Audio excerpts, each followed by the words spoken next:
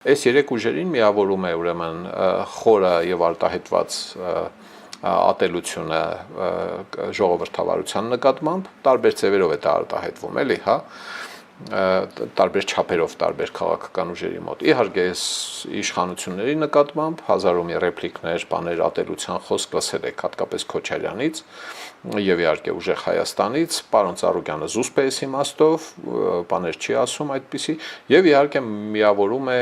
հետադիմությունը առ Կրեմլ։ Այսինքն առաջադեմ ուժեր համարել, այս ուժերին ես չեմ կարող, եթե դուք կհամարեք կամ ինչ-որ մեկը կհամարի, հալալ եղնից ես, բացատրեք, մենք էլ հասկանանք դա ինչպես է լինում, էլի, հա։ Լավ, մեր տարում ինչպես կարող է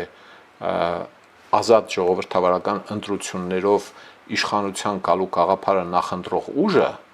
ասենք ժողովրդավարական մեթոդով իշխանություն դառնալու ճանապարհը ընտրած ուժը հավանել Վալոդիկին։ Այդ բարդ է, չէ՞ հասկանալ։ Այսինքն բռնապետին հավանեն այնպիսի ուժեր, որոնք ուզում են ժողովրդավարական ճանապարհով դառնալ իշխանություն։ Անհեթեթություն է, չէ՞, ասենք մոտավորապես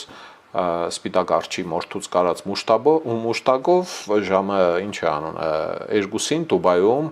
հուլիսի վերջերին դուրս գալ ծովափ, էլի, մոտավորապես այդ վիճակն է։ Կամ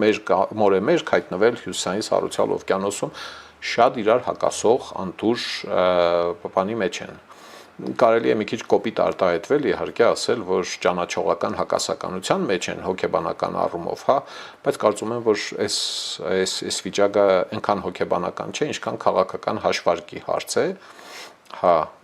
դառնանք իշխանություն ինչ գնով էլ լինի։ Վալոդիկը կարող է մեզ օգնել,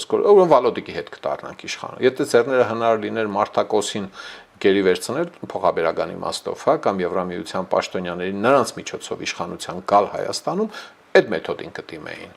Եթե հնար լիներ, ասենք, չգիտեմ, Կիմ Չեն Ինի հետ ինչ-որ լեզու գտնել, միայն թե Հայաստանում իշխանության գալ անունը տնել ժողովրդավարական ճանապարհով ընտրություններ, այդ մեթոդին կդիմեին։ Սիրելի ժողովուրդ, խնդրում եմ լայքել եւ բաժանորդագրվել ալիքը։ Դրանով դուք կնպաստեք, որ հաղորդումներն ավելի շատ մարդ տեսնի։